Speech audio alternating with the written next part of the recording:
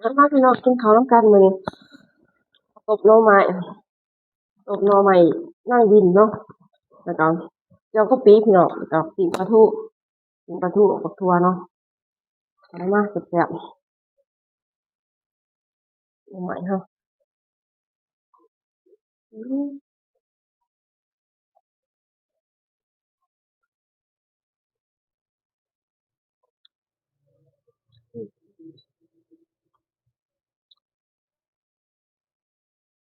ปิ้งปลาทู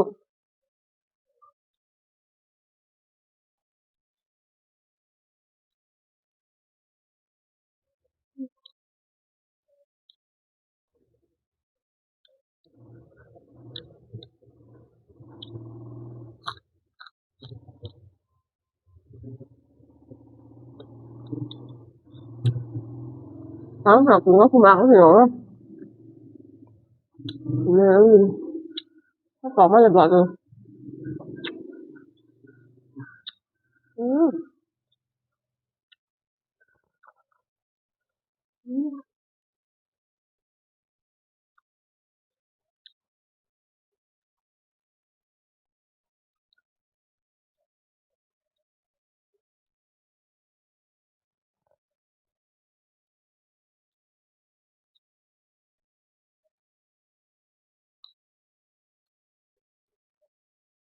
อือ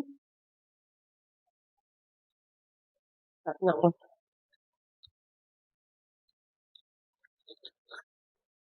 อือ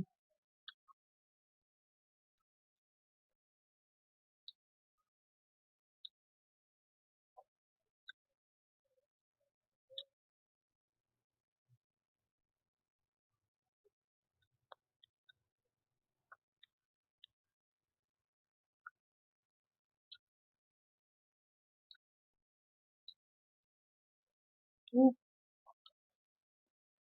เอามื้อไงแล้วเป็นมื้อไงอือ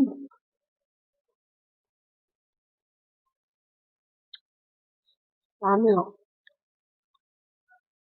มื้อไหนไปนอนอยู่บ้าน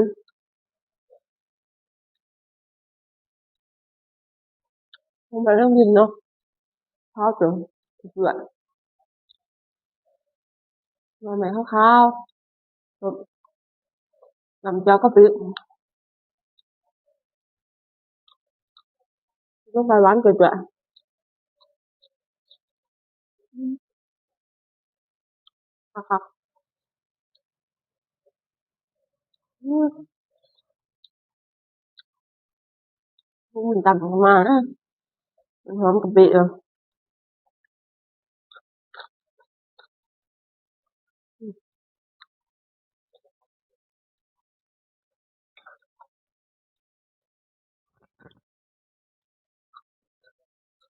อื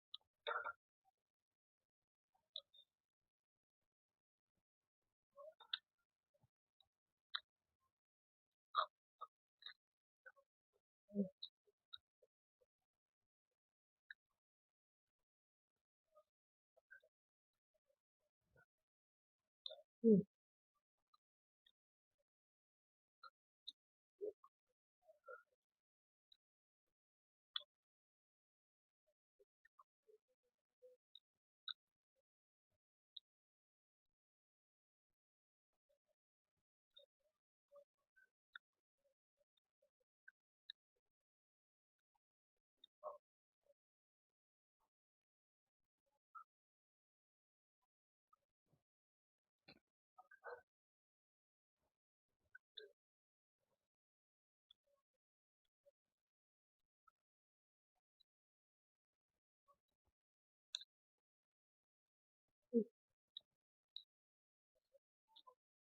จำบ่นอนเลยพี่น้อง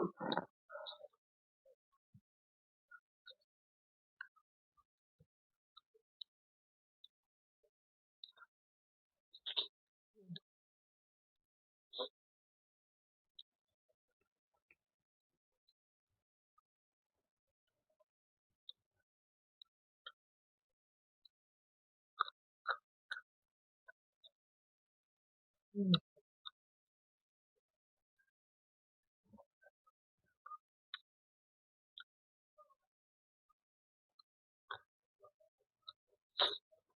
ครับอืม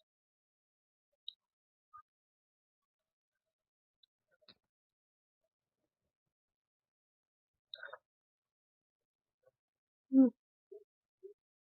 ครับอยากอือฮึ